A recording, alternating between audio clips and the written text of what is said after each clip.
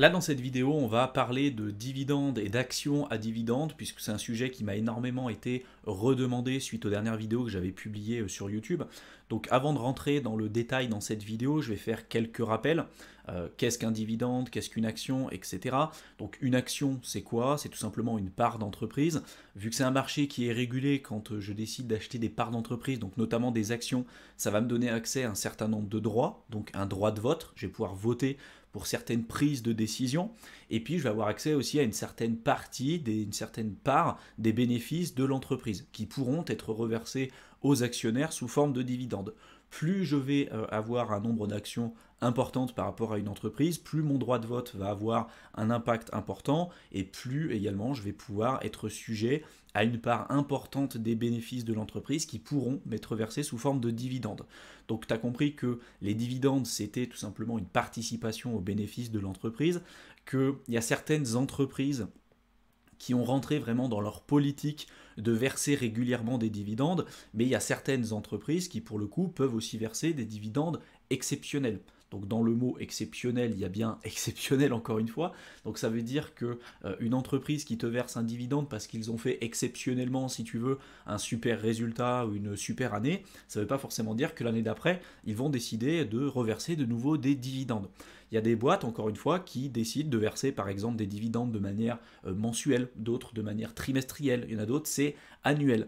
Mais c'est pas parce que il y a des entreprises qui ont versé historiquement des dividendes, comme ça a été le cas par exemple de Coca-Cola, qui a versé des dividendes à l'heure où je tourne cette vidéo pendant plus de 59 années consécutives, qu'ils vont forcément continuer de le faire dans les 60 prochaines années. Dans l'investissement, de toute façon, il n'y a aucune garantie. Par contre, en effet, des entreprises comme Coca-Cola qui ont versé des dividendes pendant par exemple là 59 années consécutives à l'heure où je tourne cette vidéo, ça reste quand même dans la tête et dans le conscient des investisseurs un super gage de qualité. D'ailleurs, dans les entreprises à dividendes, on est capable de les classer sous différentes catégories. Par exemple, dans le cas d'une entreprise qui aura versé pendant 25 années consécutives des dividendes sans ne jamais louper une seule fois le versement des dividendes et qui aura augmenté à chaque fois la part de dividendes par rapport au prix de l'action qu'on est capable de retrouver sur le marché secondaire, c'est un gage du coup de super qualité et c'est ce qu'on va pouvoir retrouver dans la liste notamment des aristocrates. Il y a des entreprises qu'on place dans la liste des aristocrates dividendes et comme je te l'ai dit, là pour le coup, c'est des entreprises qui vont verser pendant 25 années consécutives des dividendes sans ne jamais louper une seule fois le versement des dividendes et qui ont augmenté à chaque fois la part des dividendes chaque année justement pour rémunérer les actionnaires. Il y a exactement la même chose mais avec ce qu'on appelle les king dividendes. Donc là c'est la même chose que les aristocrates mais c'est sur 50 ans. Donc t'imagines que là pour le coup pour pouvoir verser pendant 50 ans des dividendes et augmenter à chaque fois la part des dividendes qui sont versés aux actionnaires, il faut avoir quand même une grosse structure, il faut être une grosse entreprise. Souvent ils sont plutôt même dans des positions de monopole, elles sont présentes depuis pour certaines des dizaines et des dizaines d'années, voire il y en a d'autres pour plus de 100 ans. Donc c'est quand même un gage aussi de qualité, mais c'est surtout des entreprises qui ne vont plus rechercher autant de croissance que par exemple certaines startups ou certaines boîtes biotech. Mais je le redis, il n'y a aucune garantie, c'est-à-dire que c'est pas parce qu'il y a des boîtes, ça fait 60 ans par exemple, qu'elles versent des dividendes, qu'elles vont continuer de le faire encore dans les 60 prochaines années. C'est sûr que si elles arrêtent de le faire, vu que de toute façon les investisseurs sélectionnent ce genre d'entreprise justement pour le côté sécurité entre guillemets et le côté moins risqué de ce genre d'investissement, si demain une boîte comme ça qui verse des dividendes depuis plus de 60 ans arrête de le faire, c'est sûr que ça risque de faire très mal à l'entreprise. Mais encore une fois, il n'y a aucune garantie et il faut comprendre qu'il y a d'autres entreprises pour lesquelles ça ne rentre pas dans leur politique d'investissement. Par exemple Amazon, là on va le placer plutôt dans la catégorie des growth, donc des entreprises de croissance, des actions de croissance, qui vont préférer ne pas verser des dividendes aux actionnaires, mais qui vont préférer plutôt rémunérer les investisseurs avec une croissance en capital plutôt qu'un versement de dividendes. Warren Buffett, c'est exactement la même chose. Warren Buffett, si tu regardes un petit peu ce qu'il fait, c'est quelqu'un qui adore recevoir des dividendes. Il a investi d'ailleurs dans énormément d'entreprises comme Apple, Coca-Cola, etc., qui versent des dividendes, mais son entreprise, en tout cas son fonds qui s'appelle Berkshire Hathaway, ne souhaite pas verser de dividendes. Lui, il l'a d'ailleurs expliqué dans un communiqué qu'il a adressé aux actionnaires, en expliquant que pour lui, $1 qui était reversé sous forme de dividende n'avait pas forcément d'intérêt si lui était capable de créer plus de $1 de valeur avec un accroissement par exemple de capital. Et ça, je pense que tu l'auras compris. Si Warren Buffett, au lieu de te donner 1 dollar comme ça de dividende de manière régulière, bah, il est capable de faire progresser l'action, par exemple, de plus d'1 dollar, en réalité, c'est un meilleur retour sur investissement pour toi et in fine aussi pour lui. Tu vois. Donc ça aussi, c'est super important. Pour étayer mes propos sur ce que je t'ai évoqué tout à l'heure et pour te montrer que certaines entreprises peuvent arrêter comme ça du jour au lendemain de verser des dividendes, bah, ça a été le cas par exemple de Disney lors de la crise sanitaire qu'on a tous connue sur l'année 2020. C'était une boîte qui avait donné pendant à peu près 40 ans des dividendes de manière régulière et qui, bah, lorsqu'on a eu la crise sanitaire, n'a pas pu verser des dividendes. Donc tu vois, ça peut faire très mal au niveau du cours de l'entreprise, tu pourras y jeter un coup d'œil. Depuis, ça a pas mal fluctué, surtout peut-être au moment où tu vas regarder cette vidéo. Mais en tout cas, sache que c'est pas parce qu'il y a une entreprise qui a versé pendant 40, 50, 60 ans des dividendes qu'elle continuera forcément de le faire par la suite. Il y a toujours un risque à prendre en compte par rapport à ça. Si tu t'intéresses justement à l'investissement en bourse et plus spécifiquement à l'investissement dans des entreprises qui vont pouvoir te verser des dividendes, il faut savoir qu'il y a plusieurs dates que tu pourras retrouver sur Internet, notamment ce qu'on appelle la date de déclaration, ou la declaration date en anglais, qui va être la date à partir de laquelle justement l'entreprise va dire bah voilà, nous on a fait un super bénéfice cette année, donc on souhaite verser par exemple des dividendes aux actionnaires. Ça peut être des dividendes exceptionnels ou des dividendes tout simplement attendus, mais en tout cas c'est une date que tu pourras retrouver sur Internet.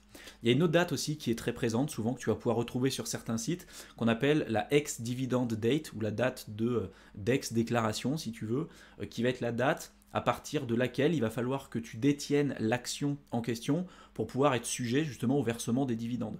Si par exemple toi tu décides le jour de la ex-dividend date d'acheter l'action, tu ne seras pas sujet au versement du dividende, tu seras sujet au prochain versement de dividende, mais en tout cas tu louperas le premier. Après cette date, après la date de ex-dividend date, en général entre 1, 2 ou 3 jours plus tard, tu vas avoir ce qu'on appelle la record date.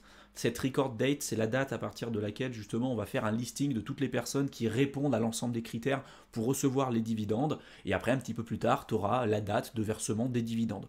Donc pour pouvoir être sujet aux dividendes, il va falloir que tu puisses acheter l'entreprise entre la date de l'ex-dividend date et puis tout simplement la date de déclaration de dividendes qui a été émise par l'entreprise au départ. Si tu l'as acheté, l'entreprise, à partir de l'ex-dividend date ou entre l'ex-dividend date et puis la record date par exemple, là pour le coup tu ne seras pas sujet au versement du dividende mais tu pourras être sujet au prochain versement de dividendes. Si tu regardes des entreprises individuelles comme par exemple Coca-Cola, tu vois le cours là de l'entreprise Coca-Cola avec le temps. Et si on regarde le dividend yield, qui est en fait le ratio entre la part des dividendes sur le cours de l'action, on se rend compte qu'on est sur un rendement annualisé de 2,77%. Donc en effet, sur ce genre d'entreprise, il faudra plutôt investir pas mal d'argent, si tu veux, pour commencer à pouvoir vivre du versement des dividendes. C'est pour ça que je t'invite à faire très attention à ce que tu vas pouvoir retrouver sur Internet, surtout quand tu as des personnes qui vont te dire devenir rentier grâce aux dividendes, etc. Parce que souvent, ils oublient de te présenter l'envers du décor. Et souvent, quand on investit dans des entreprises à dividendes, que ce soit des ETF ou même des actions individuelles, souvent ça va être des entreprises qui vont être moins performantes, moins agressives que par exemple certaines entreprises qu'on appelle growth, en anglais que je t'ai évoqué un petit peu plus tôt, comme Amazon ou autres. Et le principal problème, selon moi et selon l'expérience que j'ai pu en avoir jusqu'à maintenant de la part des débutants, c'est surtout un problème de constitution de capital plutôt que d'au départ rechercher à vivre absolument des rentes. Le plus important pour un investisseur et son outil de travail, c'est son capital. Sans capital, de toute façon, on est capable de rien faire. C'est comme un trader, c'est pareil. Un trader qui n'a pas de capital, il ne gagnera pas d'argent. Il a besoin aussi de volatilité, mais ça c'est autre chose. En tout cas, si tu es débutant et qu'aujourd'hui tu cherches par exemple à obtenir des rentes, il faut déjà que tu arrives à trouver la capacité ou que tu trouves les moyens les plus intéressants pour toi par rapport à ta situation personnelle, ton profil de risque, etc. pour développer un certain capital. Et une fois que tu as ce capital déjà présent, éventuellement tu pourras trouver des stratégies ou des alternatives pour te permettre de vivre des rentes avec le travail effectué sur ce capital. Mais sans capital, de toute façon, ça sera très compliqué pour toi. Et il faut le voir, et je vais te montrer quelques chiffres, il faut quand même remarquer que la plupart, c'est pas tout le temps le cas, mais que l'écrasante majorité des entreprises qui versent régulièrement des dividendes ont souvent un cours de l'action qui est relativement faible ou qui est moins agressif que certaines entreprises de croissance qui vont automatiquement automatiquement réinvestir les dividendes plutôt pour rémunérer les investisseurs avec une croissance en capital plutôt qu'un versement régulier de dividendes. Il y a des cas très particuliers, comme par exemple Coca-Cola ou par exemple Johnson & Johnson, qui historiquement sont des entreprises qui ont quand même très bien performé, mais qui en plus de ça ont continué d'augmenter la part des dividendes et qui ont fait en sorte de verser régulièrement des dividendes. Mais voilà, tout le monde aujourd'hui est à la recherche de ce genre d'entreprise, et forcément investir dans ce genre de boîte il y a 50 ans ou 60 ans en arrière, c'était pas le même niveau de risque que celui qu'on est capable de prendre aujourd'hui. Donc c'est toujours un équilibre entre le rendement et le risque qu'on est capable de prendre en investissant. Ce que je voulais te montrer par là, c'est que tu vois là le dividend yield, donc le rendement en dividende pour une entreprise comme Coca-Cola, on est à 2,77%. Pour Johnson & Johnson, donc tu vois que le cours quand même est très largement haussier sur cette entreprise sur le long terme, néanmoins on est à 2,55%, donc pour obtenir une rente régulière et pouvoir vivre de ces dividendes, il faut quand même avoir un sacré capital. Et là en plus de ça, on ne prend pas en compte, là c'est des rendements bruts, parce qu'on ne prend pas en compte l'inflation et on ne prend pas en plus la friction fiscale, parce que en fonction de l'enveloppe que tu vas utiliser et le support d'investissement que tu vas utiliser, tu vas avoir aussi une friction fiscale. Si tu investis sur un PEA, tu n'auras pas la même fiscalité que si tu investis par exemple sur un compte titre. Notamment sur un compte titre, si tu es résident fiscal français, je l'ai déjà fait pas mal de vidéos dessus, tu te rendras compte que tu auras une imposition qui sera effectuée et que tu devras tout simplement à l'État lorsque tu recevras des dividendes. C'est pour ça que souvent les ETF capitalisants sont plus intéressants pour faire grossir un capital, parce que même s'il y a des dividendes, ils sont automatiquement réinvestis et là tu déclenches pas l'imposition, plutôt que certains ETF qui vont pouvoir être distribuants pour le coup, qui peuvent te verser des dividendes, mais là pour le coup tu peux avoir une certaine friction fiscale. Ce que je voulais te montrer, c'est que choisir individuellement chacune des entreprises pour investir, c'est quand même compliqué. Je t'ai parlé de Johnson & Johnson, je t'ai parlé de Coca-Cola, c'est des entreprises très connues. Il y a des personnes comme Warren Buffett ou Peter Lynch qui ont réussi à avoir des résultats incroyables en investissant dans ce genre de boîte, ce qu'on appelle aussi le value investing. On va investir en analysant fondamentalement les entreprises et on va vérifier si cette entreprise est sous-évaluée ou surévaluée par rapport au cours du marché, et une fois qu'on investit dessus, on est capable de détenir ses actions sur le long terme. Ça a très très bien fonctionné pour Warren Buffett, c'est l'un des hommes les plus riches de cette planète, mais encore une fois, c'est Warren Buffett. Choisir individuellement les entreprises, c'est quand même compliqué, c'est pour ça qu'il y a eu un essor super important d'un nouveau moyen de pouvoir investir, d'avoir une certaine diversification et garder une certaine passivité dans nos investissements, notamment via la démocratisation et l'utilisation des ETF. Donc il y a la possibilité d'investir dans des ETF à dividendes avec des taux d'intérêt, avec des dividendes yield, un versement des dividendes qui est plus élevé que ce genre de boîte individuelle. Et c'est là où je vais justement essayer de t'amener dans cette réflexion au niveau de cette vidéo. Par exemple, il y a un ETF très connu que tu peux retrouver sur internet qui s'appelle le QYLD, qui est un ETF réputé pour verser énormément de dividendes, contrairement à Johnson & Johnson et Coca-Cola. Si tu regardes là, cet ETF, il a un dividende yield de l'ordre de 15,37%. Donc tu vois, on est quand même très largement au-dessus de Johnson & Johnson et de Coca-Cola.